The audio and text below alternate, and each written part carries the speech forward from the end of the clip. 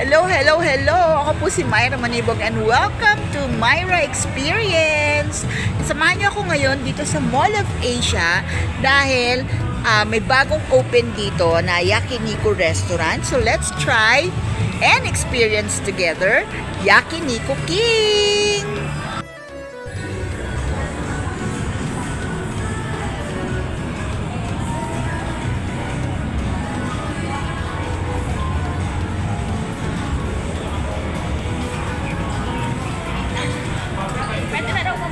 Okay. Dito, wait lang natin yung seater nila.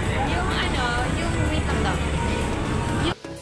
Ayan, so ang kinuha namin ay yung king set na 1299. And ayan ang mga first initial order namin. May shrimp and squid, tapos ang katutak na beef. Tapos ayun yung kanilang tablet, dun ka mag-order. You have 90 minutes to order and 2 hours to eat. Ayan.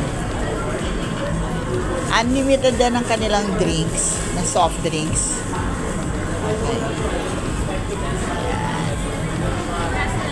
Yung Kalbi soup na in-order ko, and my son, he ordered naman seaweed. Patingin nga ng seaweed soup.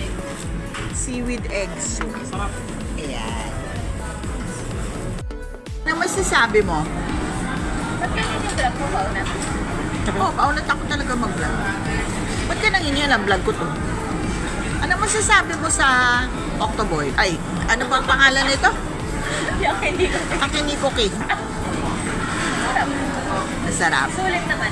Sulit naman. Ikaw, Kevin? Sarap, sulit.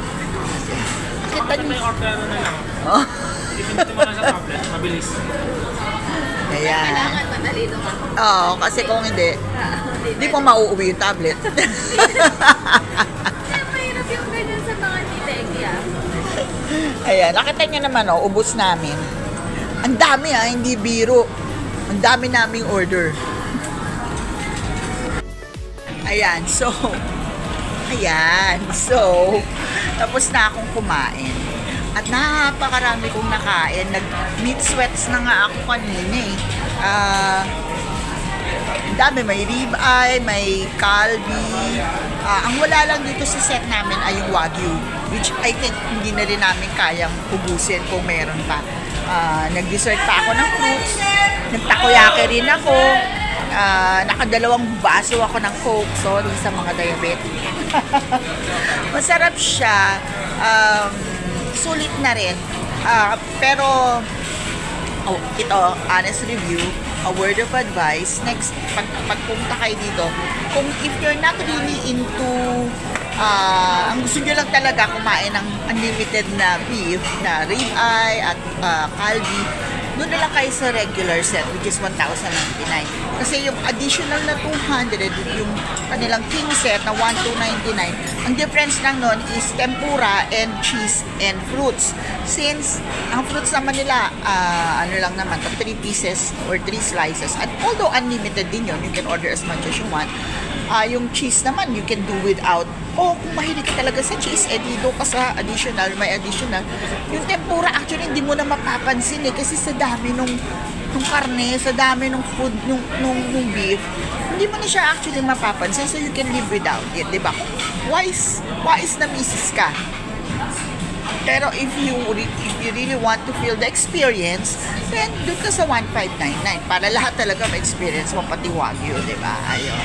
So ako, satisfied naman. Masarap pa naman ako sa food. Ang bilis ng service. At maganda yung place. No? Haba ng pila sa labas. To think na bagong open lang to restaurant na to. So, ang rating ko sa Yakiniku King ay 4 stars! Woo! Thank you for watching and I'll see you again next time.